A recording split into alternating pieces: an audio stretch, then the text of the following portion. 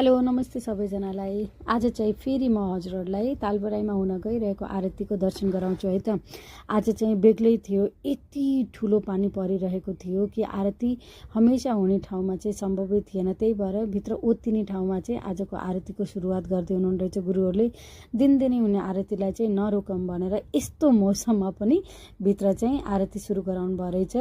यति ठुलो पानी परेको थियो कि यो चाहिँ हमेशा आरती हुने ठाउँ हो, तर यहाँ चाहिँ सम्भवै थिएन। त्यही भएर गुरुहरूले जति पनि श्रद्धालुहरू भक्तजनहरू आउनुभएको थियो उहाँहरूलाई लिएर यो सानो ठाउँमा चाहिँ आजको आरती सुरुवात गराउनु भयो।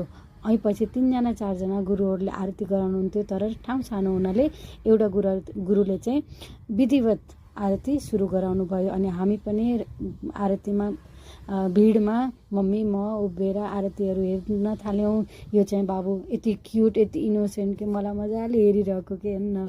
अनि ल हेर्नु पानी झनभन्दा झन बढेको बढे यस्तो मजाले मौसम चाहिँ यति लोभ लाग्दो थियो कि।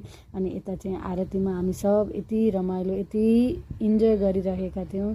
गुरुले विधिवत अनि जस्तो मौसम भए पनि विधिवत चाहिँ मजाले गराउनु भयो आरती। यस्तो रमाइलो लाग्यो। हामी सब बेला बेलामा क्ल्यापिङ गर्ने है रमाइलो गर्ने गऱ्यौँ। यो चाहिँ लास्टको आरती जस्तो गराउनु भयो गुरुले। हेर्नु यति रमाइलो थियो। यस्तो रमाइलो भयो सानो ठाउँमा पनि सबैले एकदम इन्जोय गर्यो रमाइलो आरती हेरेर। ल हेर्नु कति भिड छ, सानो ठाउँ भएर होला भिड चाहिँ एकदमै थियो है। यस्तो मजाले यो आरती देख्दा चाहिँ आनन्द लाग्यो है। अनि त्यसपछि लास्टमा हामीले गुरुहरूको आशीर्वाद, गुरुहरूले टीका लगाइदिनु भयो।